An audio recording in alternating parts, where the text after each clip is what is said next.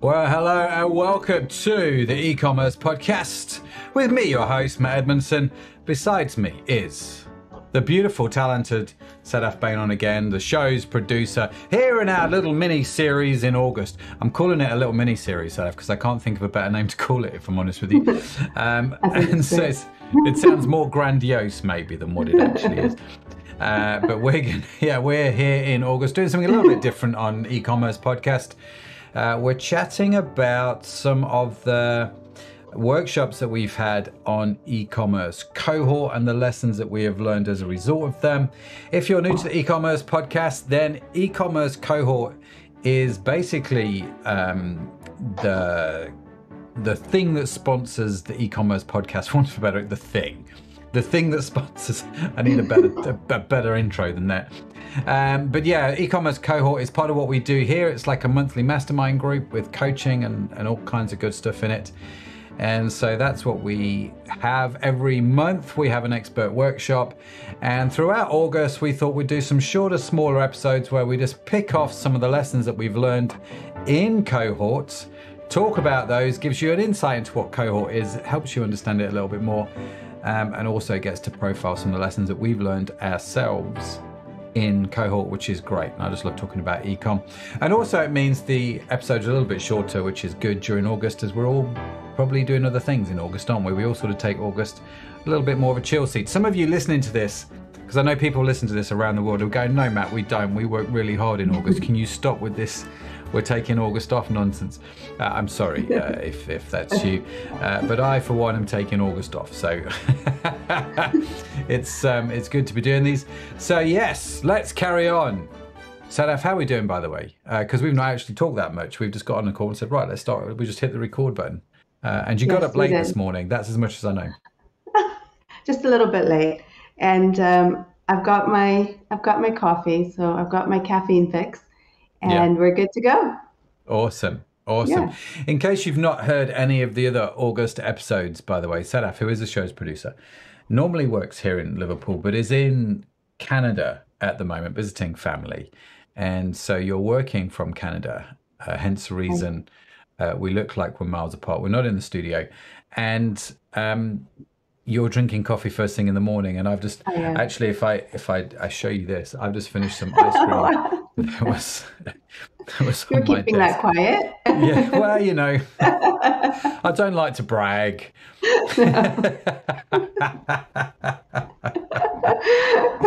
So yes, I had a bit of the old ice cream going on there. So yes. So cohorts. Let's talk about a workshop from cohort. Which one should we talk about today, Miss Producer? So today we are going to dive into the world of marketing personas, which we had a workshop that was done by Neil Hoyne. And well, technically the workshop was inspired by Neil Hoyne. Sorry, inspired. We have to get it right because it's going in the public sphere. It was a workshop inspired by Neil. This was a workshop that Neil delivered at Sub Summit, and I was in the audience taking lots of notes. He was talking about marketing personas, and I thought, this is fascinating. And I took lots of notes and spent a lot of time thinking about how it works for our e-commerce business. Reapplied them, and that was a workshop that we delivered. So big thanks, big shout out to Neil, who is coming on the e-commerce podcast, actually. He's coming on the show. You're sorting that out, aren't you? I sure am. Yeah. Yeah.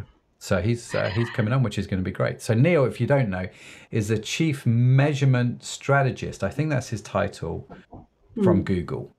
So he's all things data, basically. He's a really clever dude. Really nice guy. Gave a really engaging talk as well at Sub Summit. Yeah, top bloke. Top. So Matt, maybe you can talk about what could possibly go wrong if the marketing persona isn't constructed well. This is interesting because what Neil talked about at the show, you see, when it comes to marketing and we talk about personas, everybody instantly thinks about my customer persona, don't they? They're like, right, we have Eileen, and Eileen's in her mid-30s, and she has 2.4 kids, drives around in a Volvo, and lives in a semi-detached house. And she reads Country House magazine, and she does this, and we start to build up this profile of our customers, and we call them customer personas. Helps us with the marketing. Awesome. What Neil talked about, which I thought was really fascinating, was not the personas of your end customer, but the persona of your marketing team. So the marketeers in your marketing team, which I appreciate for many business, is the same person who runs the business and owns it. But if you're like me, and you're privileged enough to have a marketing team, then the marketing team can fall into, or marketing team members can fall into one of, I think it was 5 personas that he talked about. And I have to be honest with you, when he was talking about them, I was properly engaged, because I saw myself in every single persona that he went through. And I thought, oh, that's me, oh, that's me, oh, that's me. I need to be aware of that. And so, yes, he talked about these sort of 5 different personas, and I just loved it. And the first persona was the one that just absolutely tickled me. And this is the analogy that Neil used, which I thought was a great analogy, was this guy is the guy that goes into a bar on a Friday night. No one knows him. No one's ever seen him. No one even cares about him in a lot of ways. Just goes into the bar on a Friday night and literally goes around every single lady in that bar and says, will you marry me? Will you marry me? Will you marry me? And for that guy, it's not about courtship. It's about getting the whole complete transaction done in one easy go. And so many times as marketers, we do that. We market to people in such a way that we're literally asking them to marry us. It's like we've gone from 0 to 100 miles an hour instantly. And I thought it was a great analogy. And, the obvious thing there is actually, do we just need to step back a little bit, engage in a little bit of courtship, as they say, and start to woo our potential customers rather than just going in and saying, hey, listen, buy. And so, yeah, it kind of went on from there, really. So I'm not going to lie. So, yeah, really, really interesting conversation around that. Cool. So I guess what we're saying is that if our personas aren't aligned properly, marketing personas aren't aligned properly, then that's going to also misdirect the direction of the business. Is that right? Is that what we're saying? Yeah. In essence, what he was saying is there are these ways that we can screw up marketing. And he used this concept of personas, like the guy who's in the bar. He used another one that, another persona that always had the belief that they could make everything right. That we could win, given enough time and enough energy, we could win everybody, which is not true in marketing. But one of the things that we find very hard to do in marketing is to ignore some people on our email list for the benefit of others. In other words, we give everybody equal time rather than prioritizing time towards those more valuable customers and giving them more time, giving them more attention, giving them more reason to buy from us. And that kind of action, that kind of behavior, which he described as these 5 personas, but it's behaviors, it's things that we do as marketeers which sabotage is a better way to say that, isn't it? Sabotage our marketing efforts. So yeah, in essence, yes, it's that sort of thing that we do that stops us performing well in our marketing. And he used data from Google. Obviously, they have a lot of data at Google, and it's like these are the key things that we see people falling foul of.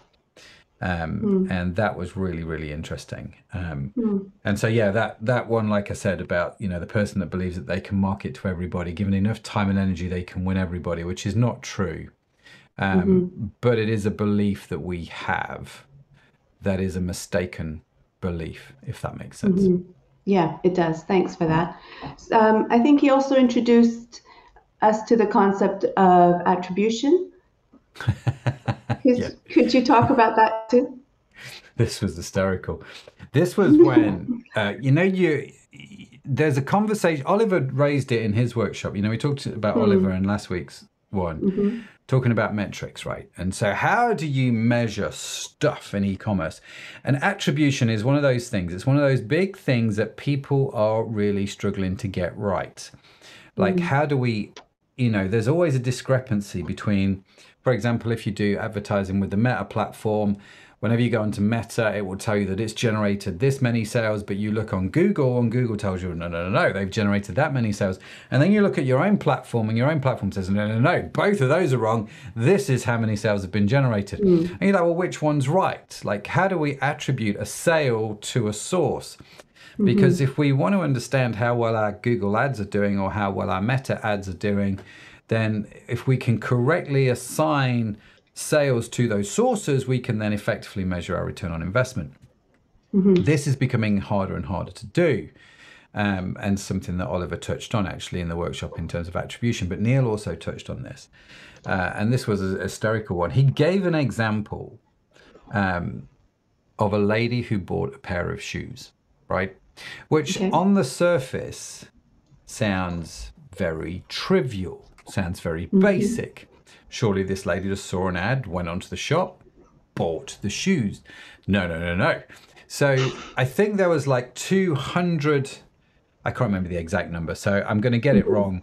But in essence, there was like 260 different interactions this woman had with that company, from their emails, their social media, their website, their paid media, going around all these different channels, 216.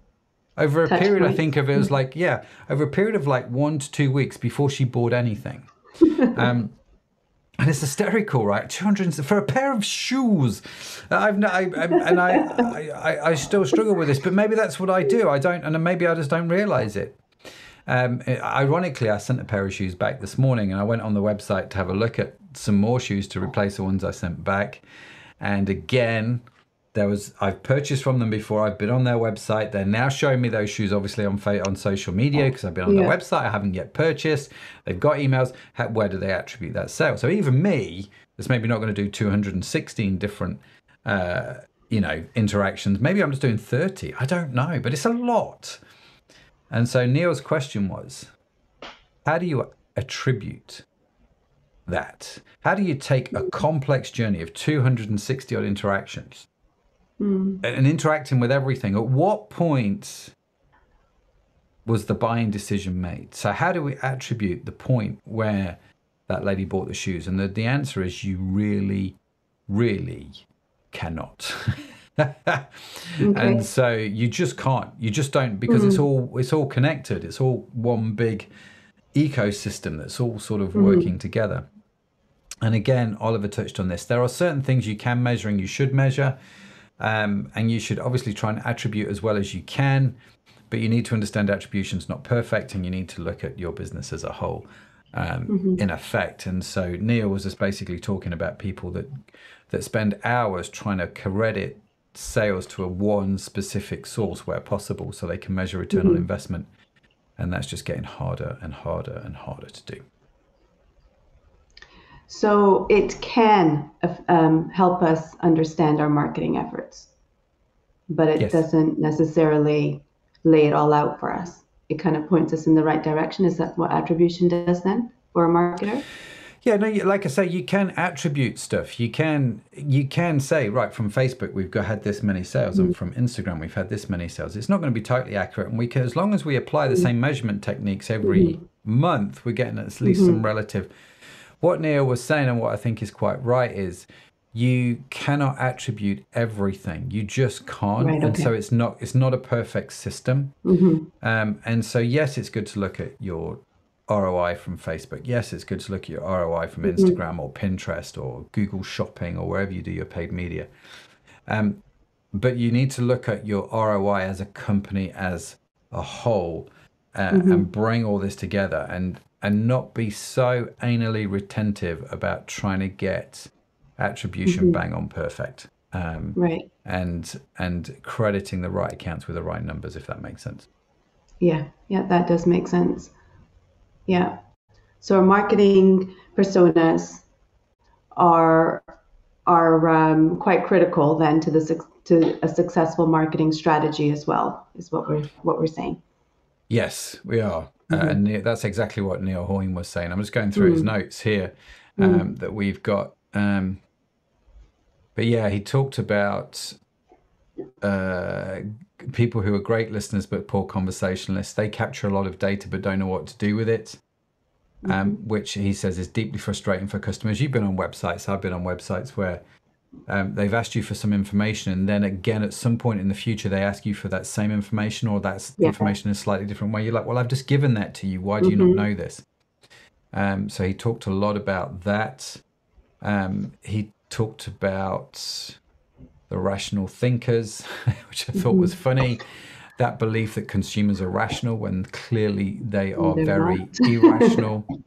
And it was the perfectionist persona, the one that wanted to attribute everything and have perfect data. But we don't live in a world where you can actually have perfect data.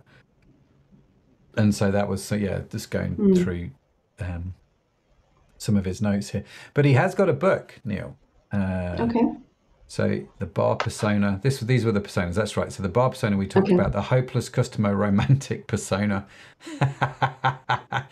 Their optimism is that they can turn anyone into a perfect customer with just enough time, just enough effort, and just enough budget. And they treat everybody the same, which is just crazy. So yeah, all kinds of stuff like that. But let me find you his book, because I've ordered it. It's arrived, and I'm looking forward to reading it. And the book is Converted: The Data-Driven Way to Win Customers' Hearts by Neil Hoyne from Google, the Chief Measurement Strategist at Google. And his book's got some great reviews, actually. So I'm looking forward to reading that. But that was a great one. That really was a great one on cohort is the word that I'm looking for. Yeah, sounds really informative. Is there anything else, Matt, that stuck out to you from his talk? One of the interesting things about Neil was at the talk, as far as I understand, this was all hearsay and conjecture. I've not actually asked Neil about this yet, and I don't think Neil would tell me the answer. But there was this rumor going around at Sub Summit that one of the keynote speakers couldn't make it. And as Neil's going on stage, the organizer's like, could you talk a little bit longer?